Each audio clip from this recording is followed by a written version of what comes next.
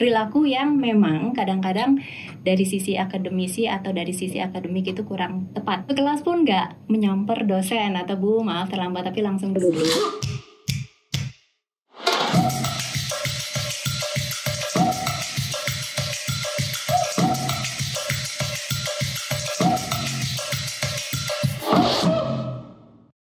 Halo semuanya, kembali lagi di Ruber Ruang Bercerita. Bersama aku Anastasia Dan aku Arka. Nah, Nas, kan kita udah melewati rangkaian Ruber episode 2 nih. Kira-kira kita akan bahas apa nih di episode kali ini? Nah, Arka pada episode kali ini ada yang beda loh. Kan kemarin kita udah ngobrol nih sama alumni MBTI. Nah, sekarang kita bakal ketemu sama Ibu Kaprodi dari Leisure Management sekaligus dosen di FEB Telkom University. Dan di sini kita akan membahas tentang attitude mahasiswa loh, Arka. Wah, berarti kita akan ketemu sama Ibu Kaprodi dong. Bener banget, Arka. Pasti pembahasan episode ini akan relate sama teman-teman Ruber. Bener gak, Nas? Bener banget, Arka. Kita langsung aja gak sih panggil ibunya buat ngobrol-ngobrol bareng sama kita? Ayo kita panggil aja ya. 1, 2, 3. Ibu Yuhana Astuti. Halo teman-teman Ruber. Nah, Ibu boleh perkenalan dulu sama siapa teman-teman Ruber yang lagi nonton. Boleh, Bu? Ya, Assalamualaikum. Saya Yuhana Astuti, Kaprodi dari Leisure Management dan sekaligus juga dosen di MBTI. Salam kenal semua. Oke, baik, sebelum kita masuk ke topik yang akan kita bahas kali ini, mungkin Ibu bisa cerita sedikit nih tentang pengalaman Ibu atau awal mula Ibu menjadi dosen dan juga kan sekarang Ibu menjabat sebagai Kaprodi nih. Nah, gimana sih awal mulanya itu, Bu? Oke, ya saya masuk ke TELU, dulu namanya Institut Manajemen Telkom di tahun 2010. Ya, terus terjadi merger sehingga menjadi Telkom University dan menjadi dosen itu berarti kurang lebih berapa tahun ya? Dari 2010, Ya. 14 tahunnya. 14 tahun. Nah, tahun 2021 saya selesai kuliah S3 dari Waseda University. Setahun kemudian ditugaskan untuk menjadi ketua program studi dari Manajemen Bisnis Rekreasi. Jadi ini memang prodi baru di bawah Fakultas Ekonomi dan Bisnis yang berdiri mulai September 2022. Wah, keren banget ya Ibu Yohana ini. Kalau boleh tahu nih Bu, pengalaman nih selama mengajar jadi dosen di MBTI, kira-kira mahasiswa-mahasiswa kayak gimana sih yang udah Ibu temuin, yang bentukannya kayak gimana? Mungkin setiap tingkatnya pasti ada ciri khas sendirinya dong. Kayak gimana nih Bu? Ya, mahasiswa MBTI itu sebenarnya lucu-lucu, baik-baik gitu ya. Apalagi saya ngajar itu biasa dapat mata kuliah di semester 1. Mata kuliah ekonomi, terus nanti kayak sekarang mata kuliah matematika ekonomi, dan nanti di terakhir ngajar metodologi penelitian. Nah, tiap angkatan ini pasti akan berbeda gitu ya, karena memang karakter mahasiswanya juga berbeda. Anak-anak yang mahasiswa baru masuk biasanya masih malu-malu. Mungkin juga karena banyaknya mahasiswa dari luar daerah, jadi ya seperti itu belum berani berekspresi terlalu banyak. Tapi kebalikannya, ketika sudah tingkat-tingkat 3, 4 itu sudah mulai jati dirinya, kritisnya, dan perilaku yang memang kadang-kadang dari sisi akademisi atau dari sisi akademik itu kurang tepat ya.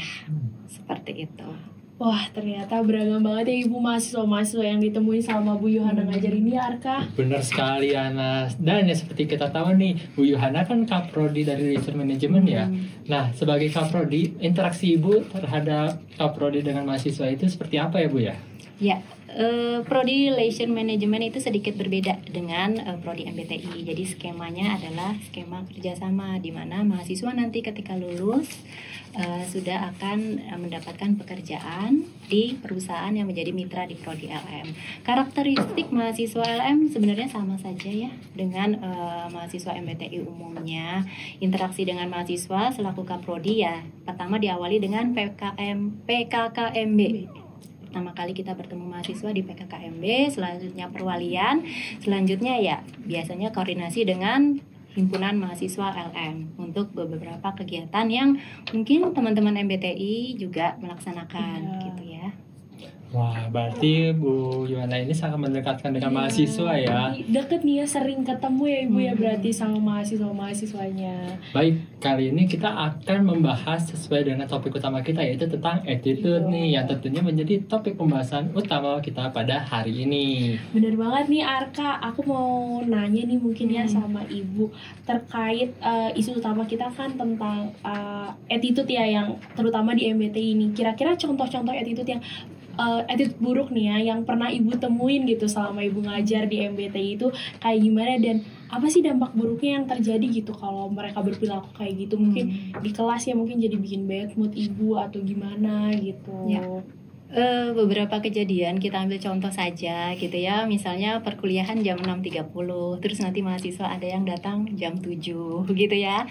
Pas masuk kelas pun nggak menyamper dosen atau Bu maaf terlambat, tapi langsung duduk. Ya mungkin satu sisi kadang saya pahami mungkin tidak ingin mengganggu kelas lebih banyak gitu ya, jadi langsung duduk. Tapi secara telatnya juga sudah maksimal gitu ya, jadi sebenarnya harusnya izin dulu apakah boleh masuk apa tidak, seperti itu. Yang lain-lainnya, contoh lainnya adalah mungkin yang juga jadi masalah umumnya adalah mengucapkan kata-kata yang tidak baik gitu ya. Beberapa kejadian itu dasarnya sebenarnya seperti itu, terlepas dari mahasiswa itu sadar atau tidak mengucapkan, tapi yang terdengar kami atau dosen adalah ya kata-kata itu gitu ya. Ketika kita membiarkan itu, takutnya mahasiswa menganggap itu biasa gitu ya. Tapi ketika kita menegur itu, kalau mahasiswanya sadar, itu akan menjadi pembelajaran yang bagus ya untuk kedepannya, untuk karirnya. Tapi kalau menganggap itu sebagai punishment yang secara tidak sadar membuat mereka jadi marah ke dosennya, atau beberapa kejadian itu dosennya marah yang berulah satu orang di kelas tapi berdampak ke seluruh kelas misalnya ya, karena beberapa mungkin berulang kejadian itu terjadi. Jadi seperti itu. Jadi sebagai pendidik sebenarnya tidak hanya menyampaikan materi di kelas, tapi itu tugas juga untuk mengarahkan kalian. Tapi perlu dipahami bahwa kalian bertemu ketika datang ke kampus ini adalah sudah menjadi gelas yang ada isinya gitu ya. Jadi karakter atau karakteristik attitude yang kalian punya itu bawaan dari rumah. Jadi tugas kami sebenarnya meluruskan. Alhamdulillah kalau beberapa mahasiswa setelah diingatkan menjadi sadar dan akhirnya ya Bu berjanji dan itu benar-benar dilaksanakan. Tetapi ada juga beberapa mahasiswa yang akhirnya berulang ketemu lagi. Sebenarnya itu yang harusnya sama-sama kita hindarkan gitu ya.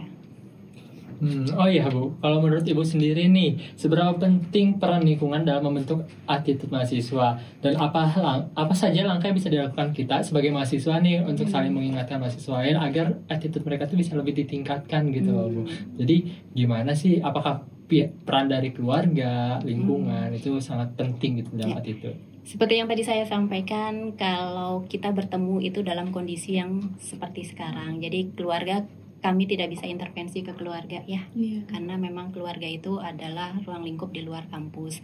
Tetapi yang kami sangat-sangat harapkan adalah dukungan dari orang tua. Misalnya beberapa mahasiswa akhirnya orang tuanya dipanggil gitu ya, bukan membenarkan mahasiswa, tapi kita juga harus sama-sama diskusi gini ya, gimana sih solusi dari mahasiswa ini. Dan untuk teman-teman sendiri mungkin makin sering mengingatkan ya, karena kalau banner tata tertib itu udah banyak ya, tata tertib di kelas juga masing-masing dosen di awal perkuliahan pasti saya yakin sudah menjelaskan tata tertib apa sih gitu ya yang harus disepakati antara mahasiswa dan dosen. Jadi teman-teman terutama di sini mungkin yang menjadi poin ininya adalah KM ya, ketegasan KM juga ya, juga teman-teman lainnya untuk saling mengingatkan. Karena jika tidak gitu ya, saya tadi juga sampaikan bahwa hard skill itu kalian bisa pelajarin gitu ya, tapi soft skill itu tidak bisa dibentuk dalam semalam dua malam. Jadi anggaplah maksimum kalian 4 tahun ya di MBTI, maksimum itu adalah cara kalian untuk mengembangkan soft skill itu ya, menjaga perilaku, menjaga adab, sopan santun, dan soft skill, communication skill, dan lain-lainnya. Nah mungkin kalau tadi Ibu kan udah ngasih tahu nih ya kayak cara menegurnya kayak gimana. Mungkin pas lagi negurnya itu pasti susah ya Bu ya, kayak pasti ada banyak hambatannya. Kalau boleh saya tahu nih, mungkin tantangan terbesar apa yang dihadapin gitu Ibu sebagai dosen dalam mengubah attitude mahasiswa yang buruk ini, dan faktor seperti apa sih yang bisa membuat mahasiswa ini berubah gitu attitude-nya? Jadi kalau mahasiswa itu sadar gitu ya bahwa hal itu tidak baik, tentu akan lebih cepat berubahnya. Tetapi ketika mahasiswa tidak sadar, kenapa saya ngomong itu, kenapa, apa yang salah, itu sangat-sangat susah gitu ya. Jadi beberapa dosen sudah melaksanakan atau memberikan hukuman gitu ya, dari hukuman yang membuat surat pernyataan tidak akan mengulangi, sampai juga orang tua, sampai tugas-tugas yang banyak lainnya itu sudah dilakukan gitu ya. Sejauh ini beberapa terlihat sih beberapa mahasiswa yang berulang-ulang akhirnya berubah gitu ya. Tapi mungkin tahapnya itu nggak bisa ditegur hari ini, besok berubah gitu ya. Jadi mungkin perlu juga kesabaran dari dosen-dosen untuk terus memantau teman-teman mahasiswa agar ya itu tadi, saya yakin juga mereka ingin kok jadi mahasiswa yang baik gitu ya. Kadang-kadang lingkungan yang susah ditolak. Ya, pengaruh lingkungan kalau bisa disaring yang baik akan baik, tapi kalau tidak tersaring maka akan terbawa juga gitu ya. Berarti dosen itu udah banyak ya Bu ya melakukan beberapa hal untuk untuk membenarkan attitude mahasiswa ya Bu ya. Nah, menurut Ibu nih yang paling efektif dalam menjaga attitude mahasiswa itu yang mana ya Bu ya? Mungkin kalau saya pribadi sih mencontohkan dari ucapan juga dijaga, sikap juga dijaga. Misalnya ya mungkin kalau dosen bertemu banyak mahasiswa, tapi kalau mahasiswa itu cuman bertemu beberapa dosen ya satu semester. Minimal kalau ketemu mahasiswa kenal nggak kenal, pernah saya ajar atau enggak, minimal senyum atau nyapa gitu ya. Misalnya cuman ya sapa-sapa hai biasa juga. Dan mahasiswa mungkin bisa melakukan hal yang sama. Walaupun saya nggak pernah diajar dosen itu, tapi kan kelihatan ya, oh ini bapak ibu dosen, misal disapa atau sekedar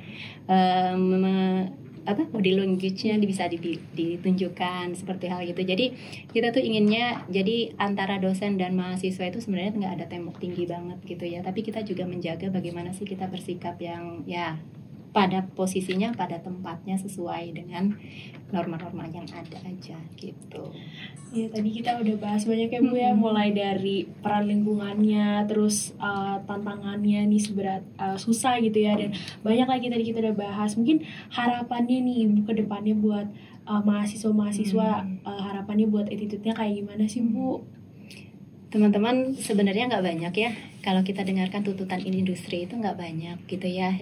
Jadi sewajarnya saja gitu ya. Memang antara knowledge kompetensi yang kalian dapat dari ya 145 SKS itu memang wajib kalian kuasai, tapi soft skill itu ternyata juga dibutuhkan ya. Soft skill itu apa? Bagaimana kita berkomunikasi yang baik ya, bagaimana kita menjaga gestur tubuh kita ya. Ketika kita ingin didengarkan, lebih baik juga kita mendengarkan. Kita dikasih telinga itu ada dua, berarti ya kalau pemahaman saya kita harus lebih banyak mendengarkan daripada bicara gitu ya. Bicara itu memang ketika kita memang harus bicara, tapi kalau bicara hal-hal yang tidak baik mending diam. Menurut saya seperti itu, karena sesederhana itu ya. Kalau misalnya mahasiswa semua memberlakukan hal yang sama, mungkin tidak terjadi itu KTM kalian diambil atau dapat hukuman-hukuman yang sebenarnya ya secara akademik sih itu sebenarnya di luar ya dari yang kita harapkan. Kita ingin menciptakan suasana atmosfer akademik itu ya proses belajar mengajar yang asik, fun gitu ya. Target kalian tercapai untuk cepat lulus. Kami juga berharap kalian cepat lulus gitu ya, cepat lulus, cepat dapat kerja, dan akhirnya kita bisa jadi kolega gitu ya. Yang mungkin awalnya jadi dosen dan mahasiswa bisa jadi setahun 2 tahun setelah lulus kalian kembali ke kampus ya menjadi ya tadi misalnya alumni yang sharing gitu ya, atau kita bisa lakukan tridharma bareng, seperti hal seperti itu yang kita harapkan sebenarnya ya. Cuman dalam realisasinya ya mungkin seperti itu.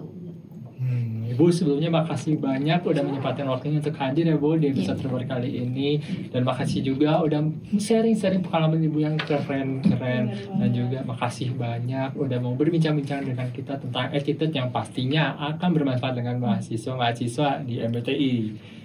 Bener banget nih Arka, apalagi attitude itu penting banget buat ditanamin sejak dini, bener gak Bu?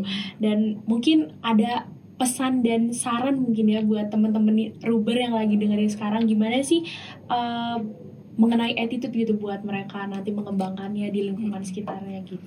Oke, teman-teman Ruber, attitude itu sesuatu yang memang mudah, gampang-gampang susah ya untuk kita terapkan. Tetapi kalau kalian bisa mau mencoba belajar, mungkin yang sebelumnya merasa attitude-nya kurang baik, bisa ya, bisa berubah menjadi lebih baik. Dan saya yakin contoh di teman-teman sekelas kalian, lingkungan kalian tuh banyak kok yang bisa jadi panutan, yang bisa sesederhana itu aja kok untuk berattitude yang baik gitu ya. Selain dosen-dosen juga selalu mengingatkan gitu ya, untuk tetap menjaga attitude baik di kampus maupun di luar kampus.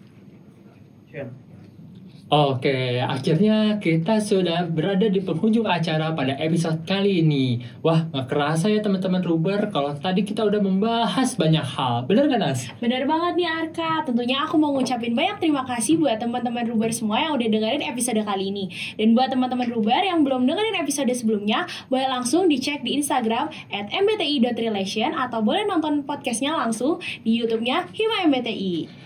Dan jangan lupa untuk like, Komen, dan subscribe dan juga share buat video kita ke teman-teman kalian semua. agar semakin banyak orang yang mendapatkan manfaat dari kami. Oke, kalau begitu saya Arka Saya Anas. dan dengan narasumber kita Ibu Yuhana Astuti. Kami pamit undur diri. Sampai jumpa di episode Ruber selanjutnya. Ruang bercerita. Bye-bye.